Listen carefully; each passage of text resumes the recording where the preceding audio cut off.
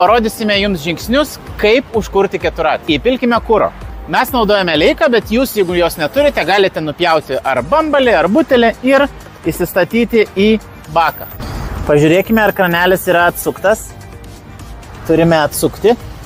Kiekvienas keturratis turi tokį išjungėją, jis gali šiek tiek skirti savo formą, bet būtinai reikia pažiūrėti, ar jis yra įjungtas. Ir reikėtų visą laiką pasižiūrėti, ar apsauga, kuri yra nuo nuvirtimo, kur būna, kad galima sekti ant rankos, yra tvirtai uždėta, nes be jos jūs neužkursite. Kai perėjote šios žingsnius, galima jau pasukti raktelį. Tada turi arba supipsėti, įvairiuose modeliuose skirtingai, tada užsidega spidometras, jeigu jis yra. Atkreipkite dėmesį, kad bėgis turi būti neutralus. Šitoje vietoje jau galime prieiti prie oro sklendės.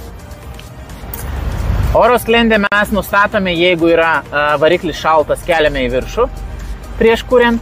Jeigu jis yra šiltas, galime jos nejudinti ir palikti apačioje. Jeigu keturratį naudojote ir jis yra šiltas, sklendę galime palikti taip ir vėl iš naujo kurti. Tam, kad kurti, reikėtų laikyti stabdį ir spausti starterio mygtuką. Galime sklendę nuleisti ir mėgautis.